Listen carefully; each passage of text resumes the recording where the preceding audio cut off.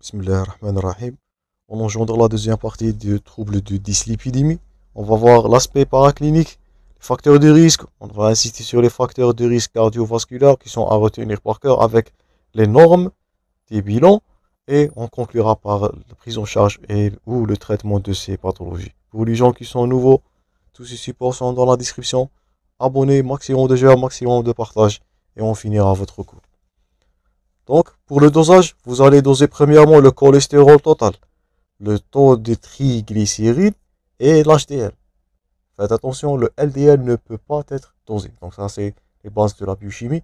Donc, premièrement, ça c'est votre conduite à tenir, doser le cholestérol total, doser les triglycérides, doser l'HDL qui est le bon cholestérol, on répète. Et là, on va insister sur la formule de Friedwald. Cette formule de Friedwald, ça vous avez vu en première année, dans votre biochimie, c'est une formule qui va nous permettre de calculer le taux de LDL pour dire si ce patient-là, il est à haut risque, moyen risque, il n'a pas de risque selon les comorbidités. Ça, c'est le but de cette deuxième partie. Donc, LDL, selon l'équation de Friedwald qui est à retenir par cœur, c'est le taux de cholestérol total que vous avez dosé en premier plan, moins le taux d'HDL que vous avez aussi dosé, et moins le taux de triglycérides divisé par 5. Donc je répète, LDL est égal cholestérol total, moins HDL, moins triglycérides divisé par 5. Faites attention, cette formule de Friedwald, elle n'est appliquée que, faites attention à ce piège, que si le taux de triglycérides il est inférieur à 4 grammes par litre. Si le taux de triglycérides dépassera 4, on ne peut pas appliquer cette formule de Friedwald. Donc je répète, cholestérol total à doser, taux de triglycérides, l'HDL qui est le bon cholestérol. Après ça, on va déduire le taux d'LDL d'après la formule de Friedwald. Accessoirement, vous pouvez doser l'apoprotéine B, l'apoprotéine A1 pour évaluer le risque athérogène. Je répète, l'apo A1 c'est anti-athérogène. Faites attention à cette question. L'apo B c'est athérogène, c'est du mauvais cholestérol, souvent au niveau de l'LDL. Donc là par suite, le dosage des APO A1 et l'APO AB. Donc chez la femme, l'APO A1 doit être situé entre 1,08 à 2,25, à gauche dans l'illustration. Pour l'homme, 1,04, 2,02. L'APO B, pour la femme, c'est entre 0,6 et 1,17. Pour l'homme, 0,6 et 1,33 grammes. Concernant les autres paramètres qui sont à retenir par cœur, les valeurs normales de cholestérol total, donc ces deux lignes sont à retenir par cœur. Donc l'APO B et l'APO A1 sont accessoires. Par contre, ces facteurs-là ou bien ces paramètres-là sont à retenir par cœur. Un taux normal de cholestérol total, c'est inférieur à 2 grammes par litre. Première valeur. Taux de glycéride à sa valeur normale doit être inférieur à 1,5. Et le taux d'HDL, il doit être supérieur à 0,4 g par litre. Mieux que ça, il doit être supérieur à 0,6 pour être un facteur protecteur. Donc cholestérol inférieur à 2, taux de glycéride inférieur à 1,5, HDL supérieur à 0,4. La LDL, elle devrait être inférieure à 1,3 g par litre. Cette dernière, si elle augmente, elle dépend aussi au risque cardiovasculaire. Donc si un patient il a des comorbidités et il a d'autres facteurs de risque, ce taux d'LDL doit être plus bas pour que ce patient-là ne va pas développer de maladies ou bien de pathologies cardiovasculaires, surtout athérogènes. Le LDL, c'est tel qu'il y a l'ApoB. Cet ApoB, il est très athérogène, il peut former une plaque d'athérome. Donc à retenir, cholestérol total 2 grammes, TG 1,5, HDL 0,4, c'est le LDL qui devrait être à 1,3 au moins. Mais il dépend de facteurs de risque, on va les citer dans les prochaines plaques. Donc ça c'est premièrement. Deuxièmement, pour les facteurs de risque, vous êtes censé de les garder par cœur. Les facteurs de risque cardiovasculaire, ça c'est l'électrophorèse et l'hypoprotéine. Donc là toujours, l'électrophorèse et les résultats de l'hypoprotéine totale. Donc pour les facteurs de risque, donc pour l'âge c'est supérieur à 45 pour l'homme, supérieur à 55 pour la femme. Pourquoi? L'homme il a le risque de tabagisme. Donc c'est pour cela le risque de comorbidité commence plus tôt, 10 ans, plus que la femme. c'est à 45 ans pour les hommes, 55 pour la femme. Les antécédents familiaux des maladies coronaires précoces, un infarctus, donc toute cette plaque-là, elle est à retenir par cœur. Un infarctus ou bien une mort subite chez un antécédent ou bien chez un parent de premier degré, donc avant 55 ans, ou bien un parent de premier degré de sexe masculin, voire une mort subite avant l'âge de 65 ans chez une mère, ou bien un parent de premier degré de sexe féminin. Je répète, mort subite 55 ans chez un père, ou bien un parent de premier degré de sexe masculin, 65 morts subites chez une femme, ou bien une mère de premier degré chez le sexe féminin. Le tabagisme, notre notion, c'est un tabagisme qui est actuellement arrêté ou arrêté depuis moins de 3 ans. Si vous vous souvenez de votre cours de tabagisme, on avait dit que c'était 15 ans de sevrage pour que ce patient-là qui est en train de fumer va avoir le même facteur de risque qu'une personne qui a jamais fumé.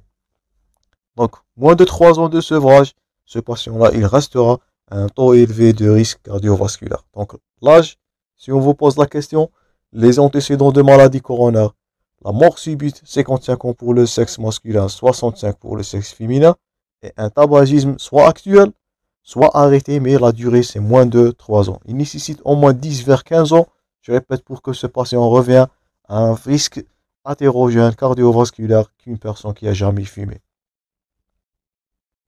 D'autres facteurs de risque, c'est l'HTA permanente, traitée ou non. Diabète de type 2, c'est un facteur de risque, traité ou non. Un HDL, je répète, qui est inférieur à 0,4, quel que soit le sexe. Normalement, le taux d'HDL doit être supérieur, préférablement de 0,6, pour que ce dernier doit être protecteur. Là, voilà indiqué dans le support. Si le taux d'HDL il est supérieur ou égal à 0,6 g par litre, c'est un facteur protecteur. Donc, on va enlever un facteur de risque qu'on a déjà cité. Donc, qu'est-ce qu'on va faire? On va numéroter ces facteurs de risque. Ici, on a l'âge, c'est 1. Les antécédents de mort subite chez un sexe masculin, c'est 1. Antécédents de mort subite chez un parent de premier degré de sexe féminin, 1. Tabagisme, c'est 1. Un taux de cholestérol inférieur à 0,4.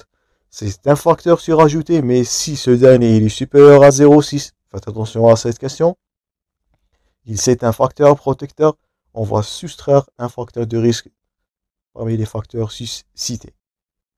D'autres facteurs de risque, c'est l'existence d'une atteinte rénale. Cette dernière, elle augmente le risque cardiovasculaire. Et généralement, vous allez interpréter chez ces bilans, chez des patients avec des comorbidités, diabète non traité ou non, HTA, comorbidité cardiovasculaire, tabagisme, avec bien sûr des antécédents de dyslipidémie, d'obésité. C'est pour cela le taux d'LDL, quand vous allez voir, il doit être inférieur le plus bas possible, inférieur à 1,3 g par litre.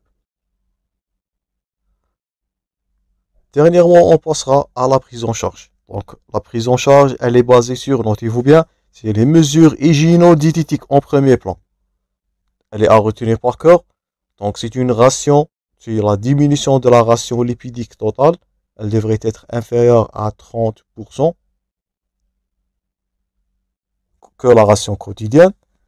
Aussi, diminution de la consommation des graisses saturées. Donc, si vous vous souvenez de votre biochimie, donc c'était les graisses animales qui étaient saturées, puis c'était saturé. Ces dernières sont hétérogènes.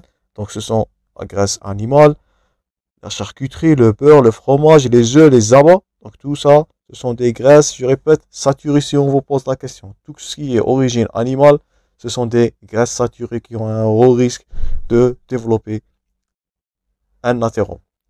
Remplacer ces dernières par les graisses donc qui sont polyinsaturées, donc qui sont les graisses végétales, les huiles, donc c'est les huiles de tournesol, le colza, le maïs, ou des huiles qui sont monoinsaturées. Le meilleur exemple là, c'est l'huile des olives. Donc remplacer tout ce qui est animal, graisse, voire huile animale, par la graisse qui est polyinsaturée, ou, si ce n'est pas le cas, monoinsaturée comme l'huile d'olive. Encourager la consommation toujours de légumes et des crudités, surtout les poissons. Ils sont riches en oméga 3, si vous vous souvenez de votre biochimie. Donc c'était un acide gras polyinsaturés. Donc, c'est un facteur protecteur du risque athérogène. Suppression, bien sûr, de l'alcool. Limiter les sucres qui ont un index glycémique élevé en cas d'augmentation de triglycérides. Et surtout, encourager l'activité physique. Donc, c'est premièrement, prise en charge d'une dyslipidémie découverte de façon fortuite. C'est les mesures hygiéno-diététiques. La ration lipidique a diminué. Remplacer les huiles, bien les graisses animales par les graisses végétales toujours. Et encourager surtout l'activité physique. Le traitement médicamenteux, donc on a plusieurs modalités. On a premièrement la statine. Donc, la statine, elle va agir.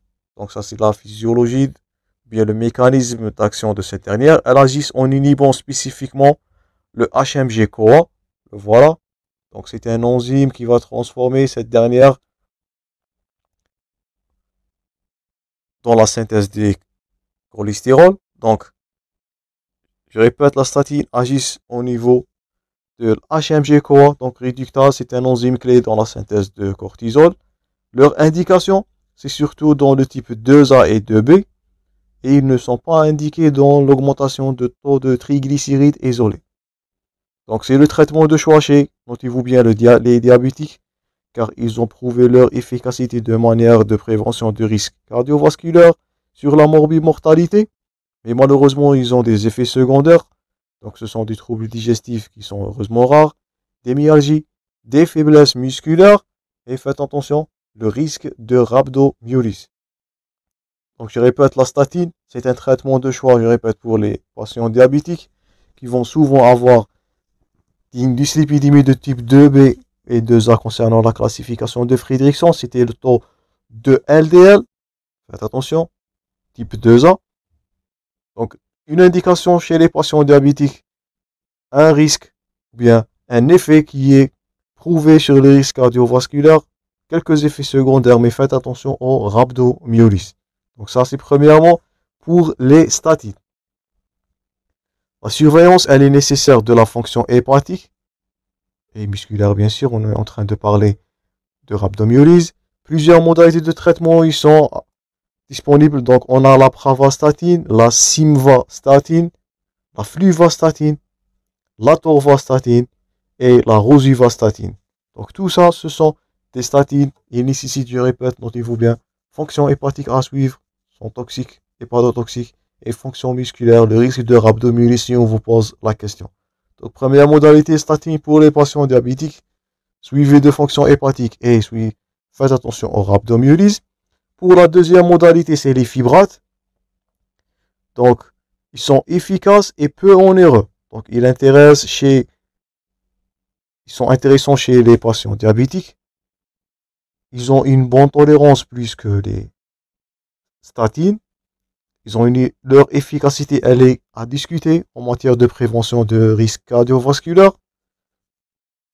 L'avantage, là, ils ont moins d'effets secondaires. Il n'y a pas d'atteinte musculaire plus que qu'on avait vu dans le statine. Donc, en cas de risque de rhabdomyolyse, vous allez favoriser ces fibrates. Donc, l'exemple là, donc c'est le phénofibrate, c'est le benzafibrate, le ciprofibrate et le gemfobrosil. Donc, fibrate, comme deuxième intention, ils ont une bonne tolérance. Ils sont indiqués s'il s'agit d'un rhabdomyolyse ou bien une maltolérance aux statines. Donc, mais leur effet, il y reste à discuter en matière de prévention du risque cardiovasculaire. Dernière modalité de traitement, donc c'est les résines. Donc c'est le seul traitement chez l'enfant. Donc faites attention, chez l'enfant on prescrira ni des statines ni des fibrates. Faites attention.